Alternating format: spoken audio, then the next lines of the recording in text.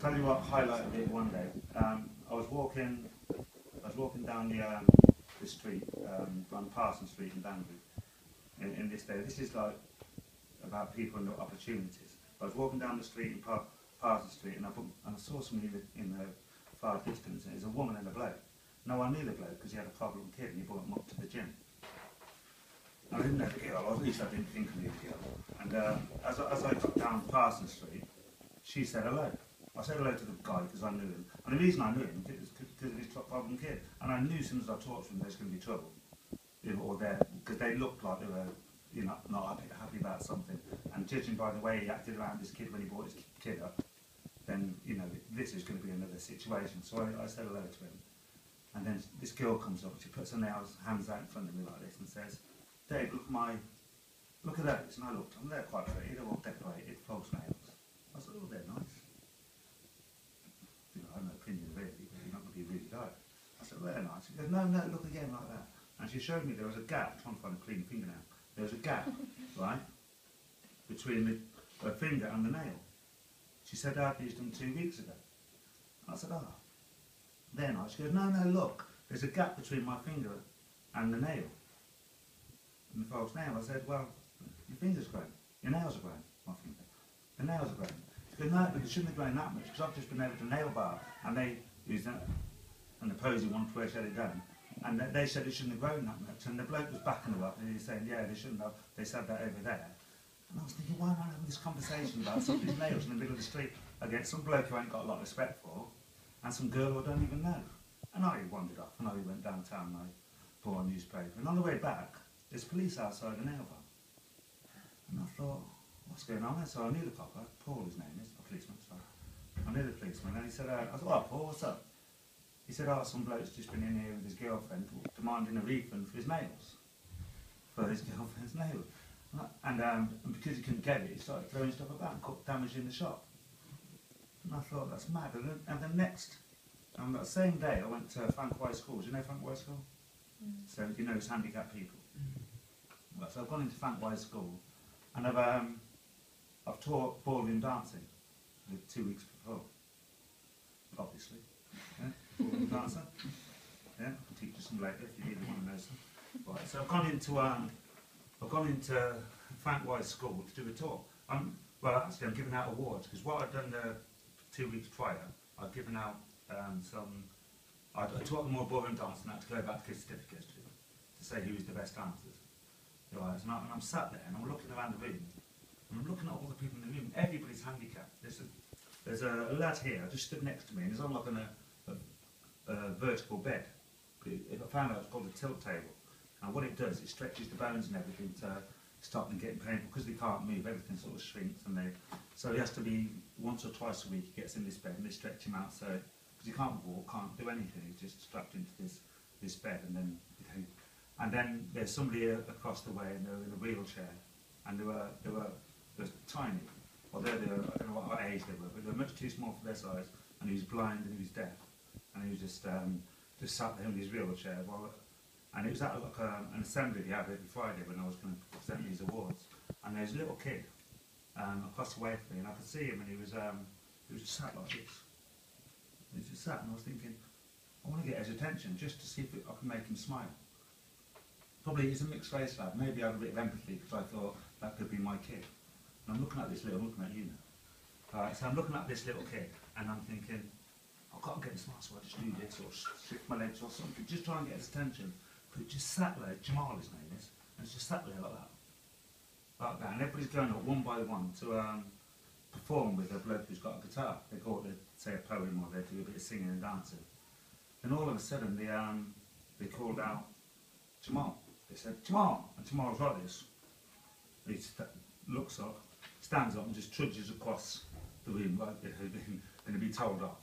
And he goes to the front. They gave him this microphone, and as soon as they gave him this microphone, and he strummed on the guitar, he started giving all this and dancing, and he just like he came to life. Then the music stopped, and it all went quiet again, and he had a little smile on his face. He just walked back to his seat, and I was so happy because what I wanted to do, if he hadn't smiled, I wanted to watch him at the end of the class just to make him smile. But he was brilliant, and he went back, sat in his seat with a little smile on his face. And I left there thinking how brilliant it was and how lucky what we are to have these opportunities. And I went to the Cromwell Lodge Hotel. Every Friday I meet my girlfriend at Cromwell Lodge and they have to have a cup of coffee and just talk about what's happening in the day. And I spoke about how I met these people outside the nail bar. There's nothing wrong with them. You know, they're quite healthy and everything else, but they've got nothing better to do than go into wreck somebody's shop. And what I'd have wished was that those people who I saw on Parsons Street would have came with me just to realise how much they had. And it's the same thing that you've got. I was sat at the table with my girlfriend and then all of a sudden a flood of tears just started rolling down. I wasn't crying, but a flood, I suppose all the emotion of the day, a flood of tears just started rolling down my face. And it's such an eye-opener to realise that all of you can do what you want, whatever you want to do. But what we tend to do, and I'm being as guilty as anybody else, is blame somebody else or become somebody else's reality. So my dad was a boxer, so I wanted to be a boxer. Alright, so if you'll find that a lot of people will follow their parents, a lot of boys follow their dads and girls follow their moms. But we tend to follow because it's easy, and it's easy in trying to raise your standards and being something special. So if you want to be something special, then you've got to make an effort. But it's much easier to be who you are. And so this means you realize, well, I don't know what I want to do when I do school. It's easy to say that. It's slightly more difficult to say, well, actually, I want to be this, and decide that you want to do something, maybe something in your life. Because if you don't decide at this stage, it's very likely that as you go on, it don't matter if you decide. Now, I know a woman who was a metallurgist. She went to university, got a master's degree in metallurgy, and she worked at a chocolate factory because she had an education. So although this don't seem very much to you now, being educated, and you just want to, probably most of you want to finish school, I don't know. You all looking forward to finishing school? Anybody not looking forward to finishing school? Okay. So everybody's looking forward to finishing school, but you don't know what you do when you finish school, apart from you might do something, and you might do something. You've got an idea what you want to do. And if you don't know where you're going now, it's very likely that you're going to end up, you might probably work in a factory the way I did for 20 years, hating the job, moaning to all your mates about how crap the hours are because you're doing shift work, or how bad the pay is, or the company's been taken over again and but you're not going to be doing the stuff you want to do. I used to write poetry when I was at my job about how bad the job was. Just sit down in my break time and just write poem after poem about how much I hated my job. And I had 20 years of hating work. So this is your start. So this is where you decide where you're going. Now I'm going to tell you 3 stories about people I know. Right? I'll start with the story about a waterfall. This is the story read by somebody who does this for a living, so he's much better than me in down trees. But this story is about a man called Anthony Robbins, and he explains about the life like a waterfall. So when we're born, we'll start our journey. In fact, where you are now, in your last years of school, you're just starting your trek to adulthood, and you're going to find out where you're going. Now, what you can do, you've got a choice. You can either choose your journey, or you go with the flow. Which, if you haven't got an idea what you're going to do, what you're going to do is go with the flow. So you're going to decide, well, I'll see where it takes me. And I saw where it took me, and it didn't take me where I wanted it to take, so I had 20 years doing what I didn't want. But for those who choose where they want to go, you know, before you know it, like I was, 40 years old, and I was thinking, I'm doing a job I hate, I haven't bought a house, I haven't done this, everybody else is, all my mates are doing jobs that I wanted. They didn't even want those jobs, they got jobs as mechanics, and they didn't want the job, and that's not my job, because I didn't do well at school. So this is your most important time. And then when you get to I got sort of towards the end of this waterfall, I could hear the rapids coming down, and I was thinking, I ain't done nothing. So I decided to start a boxing club. I'd like to say that's why but it is what I'd always wanted to do, but I've thought that when I first finished school. So I've got a boxing club, and I've got champion boxers, and I do these talks, and I carry the Olympic torch, and so there's lots of things that I've done because I opened the boxing club, and that's why, because I'm doing what I love doing. Okay, and this is what I want to do more than anything else, just do talks. And the more I do them, obviously, the better I feel I get. Now, there's three people I'm going to tell you about, then I'll hand you over to Rob. Right, the first person I want to talk about is a lad called Philip Panada. Now, Philip Panada was a boxer way back when I was just finishing boxing. I was about 26, 27, and Philip Panada came to the club, and he was probably a year younger than you are. Probably, what are you, 14 or 15? 16? 15. So he was 14. So Phil was a tall lad. He's got, he had a single parent family. His dad was, he didn't know who his dad was. And then, he didn't know who his dad was, and his mum had epilepsy, so she spent some time in, he spent time in homes when she had to go to hospital when she had fits and stuff like that. So he didn't have a great upbringing. And from there, Phil went, he came to the boxing club. And he was a lovely lad, real nice lad. And he used to have this really bouncy sort of style. And I remember he went for his first fight. And when he went for his first fight, he came back after it, and I asked him how he got on. He said he won the first round, but lost.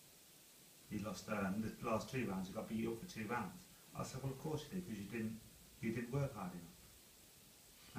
And he was telling me, he told me this story, because I've forgotten I'd said it. He told me this when he was 37 years old. But when he was 37 years old, he'd left school. He'd stopped. He won his next 8 fights after working harder. After I told him he didn't work hard enough. So won his next 8 fights, and then he went to. He left school, started drinking, started fighting on the streets. I'll cut it short because it's a real long story. Started fighting on the streets. His mum started getting worried about me, asked him to help him. But he left Bam because he was in too much trouble. He went to London, started a family with a lady, still drinking, alcoholic, became alcoholic. She got rid of him. He moved to Swindon, moved on to harder drugs, went on to heroin, from drugs to heroin. Then he came in, about 37 years old, he came back to the gym. And when he came back to the gym, he was in a bad way, but he was at least he was at rehab and he was coming off the drugs. So and then one day, but he came and he had a brilliant way with the kids because he was old-fashioned. They say when you take drugs, what happens? Just in case anybody's thinking of this, what happens? He said he was in rehab, right? He was in rehab and he was with a lad and man, he takes drugs, and he was at the same school, same time I was. And this guy who took the drugs told him that he started as a glue sniffer. When I was a kid, the big thing was glue sniffing. You just put some UV or something in the bag, and people they used to just suck on this bag to get a high, okay, instead of what they use now, like tablets. So he used to do all this. He done glue sniffing, but what he told Phil, which I thought Phil was trying to give me a message, was he said this lad hadn't matured since he was 15. Because he's always been on drugs since he was 15. Now, by this time, he'd gone to Class A drugs, so he's doing heroin. And because Phil was doing heroin by this time as well. I think Phil was telling me that he was in the same place, that he didn't feel like he'd matured that much. I can't swear by it, because that's not what he said in his own words, sort of thing. So, but he had an old-fashioned way of talking to the kids, and he was just like, if they didn't work hard enough, he'd just laugh at them. He had this big booming voice, and he had this way of embarrassing people into training harder in the gym. Because if you don't train hard, then you get hurt, and that's what happens in boxing. But it's the same thing with life. The harder you work, then obviously the more successful you'll be.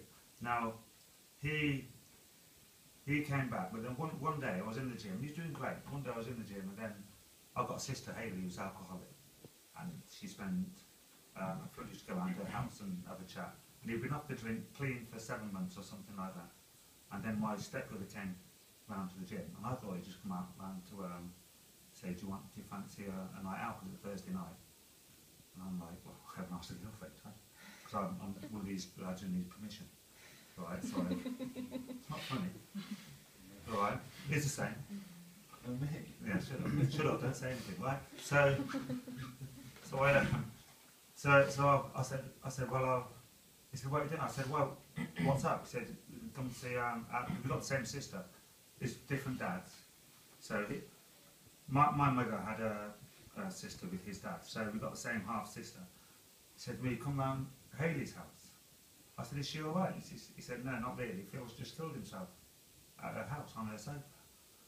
And I felt the shiver going up my back. I thought, bloody hell.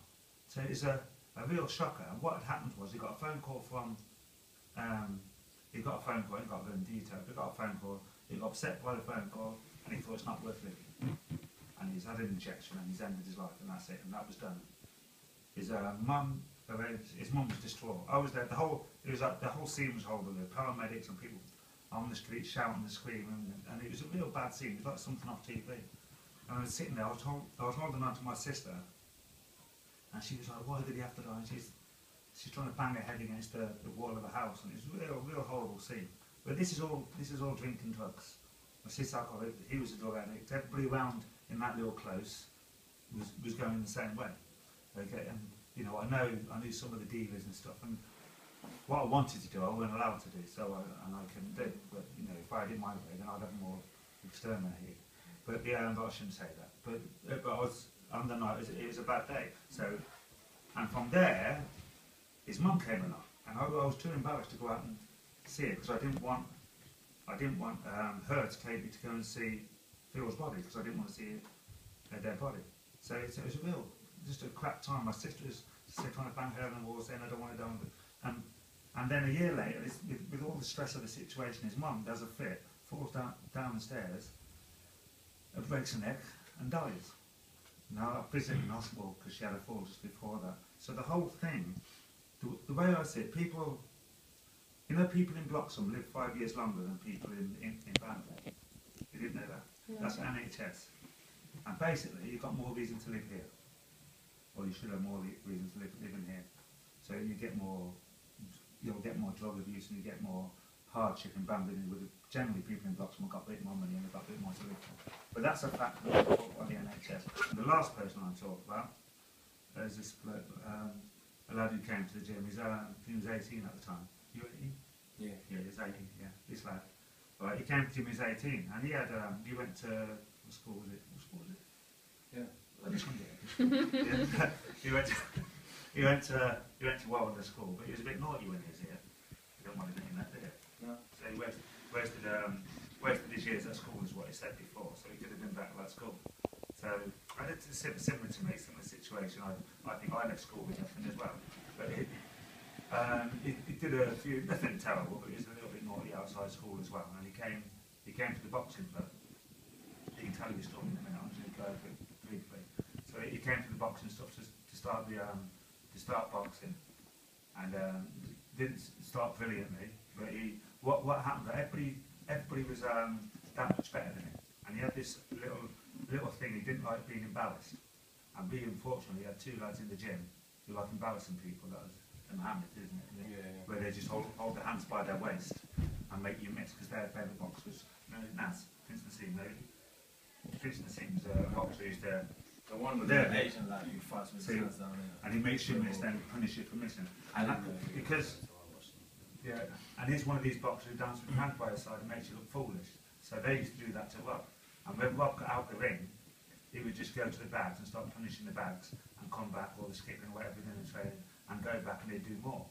And he'd go back and he'd go and he'd get beat up again. And he'd go away and he'd train harder, come back more. And eventually they weren't beating him up. Right, so after they take all those months of taking the mickey out of him, all of a sudden he started turning the table and started beating them up. And they started saying that it's hitting too hard and this and that and the other. And Rob's reaction was, well, if they want to spar me, they better start training hard. Because, you know, it's about him, he wants to win a title. So, and that's the difference, the main difference between Rob and everybody else. That was all he, in all honesty, that was all he had at the time. He didn't have a whole lot at home, but boxing was it. And then he started boxing. And he had his first fight in Banbury, and he knocked someone out. Was it second round? First round. Yeah. It's fine, mate. So he knocked somebody out. My mistake. He knocked somebody out in the first round. It was funny. When you go for your first boxing fight, this is how you stand in your first boxing fight. You'll stand there, and you'll get in the ring. Your legs are a bit shaky. Get in the ring. And everything's a bit heavy because you're all nervous. Your heart's racing like this. And you get in the ring, and you look out the corner, and you want the toilet again. You've just been 5 times, you still want the toilet. So happens in boxing. And you're there, and the other guys on the other side of him, so you're giving me evils like that. Thinking, he looks hard. So you look here and giving it all that. And you give it. And that's how we start. We're all nervous. Our legs are heavy, the arms, legs, the heart's beating too fast. You've got oxygen starvation in the veins, so everything's knackered. Although you're as fit as you've ever been, nerves take over. Not with him. Rob gets in the ring like this, climbs in. The boxer's over there, Rob's like this, waving to all the people in the crowd. Rob, what are you doing? What? It's like, you're boxing him. It's like, you do all that. They're just happy to be there. So when he started fighting, because he trained so hard, he trained six hours a day, 7 days a week. Because he trained so hard, he knew in his mind, it doesn't matter if it's boxing or work or whatever you do in your life, when you've worked that hard for something, you know you'll get it. And he knew he was going to win. I looked at him up. God looks quite strong. Even my brothers, I went up to my brothers after the fight. I was like, what did you think of the man when he come out? Because he had a shaved head and that, he was big. Because even I thought, I was like, he does look pretty big. And even my brothers doubted me. Even my brothers were like, I don't know, it was kind of jacked. But I just knew, like Dave was saying, if you work hard at something, you put the work in every single day, you have that confidence. It's not just with boxing, it's anything. If you do things that other people ain't going to do, so while they're sleeping or out partying and doing whatever they want to do, and you're sat there putting the work in, when it comes to doing whatever it is that you're working on, you'll have that amount of confidence that you'll be able to just clear. Like if you want to do your mechanics and that, see if you're learning and like educating yourself time and time again, when all your friends are like, let's go here, let's chill, and you're just putting that work in, you'll be the one who passes and they'll be the one who like will fail and have to go on saying no. That's like I'm saying, not everyone has to be a boxer, but it teaches you that discipline to where if you work hard at something, no matter what anyone says. And I know you hear that quite a lot, but it really is true. If you put the work in, you work hard at it, you can get anything you want. Like I'm saying, I'll tell you my story in a minute, and there's people who look at me right now, look where I am, and they wonder how I got there, because it just seems like it would never be possible. You know what I'm saying? It's right, everything he said is true. And where he went from there, although he'll elaborate more, I'll just go briefly through what he done. So he went from winning that first fight. We went out after the first fight, and this was somebody who used to drink and get in a little bit of trouble and a few scraps around the street. So he was drinking and smoking, and he gave it up, bang, just like that. One day decided that's it, it's all done. Right, so we've gone out. I thought, right, he's finished his fight. He's had his 5 months of training. He's had his first fight. Let's go and celebrate with a drink. So I took him out to a club. Went to the Banbury Cross. It was so posh. Right? You're laughing at? Yeah. You shouldn't even know. What are you laughing at? Right? Real posh club, Banbury Cross. Right? So I went in there. And I said, what do you want then, Bob? He was all right. First he was going to have a Guinness, because it's the healthiest alcoholic drink you could think of. But he went, no. I said, I'm a J2O. So that was his celebratory drink after his first win. And from then, that was it. Everything was boxing. He went after knockout after knockout. He went to, he entered the championships. They call it, you have novice championships. So if you've had less than 10 fights, you can enter. Robert had, how many, three? 3 fights. Yeah. 3 fights, he entered the under 10. So he fought a lad in the final who had 14 fights and beat him.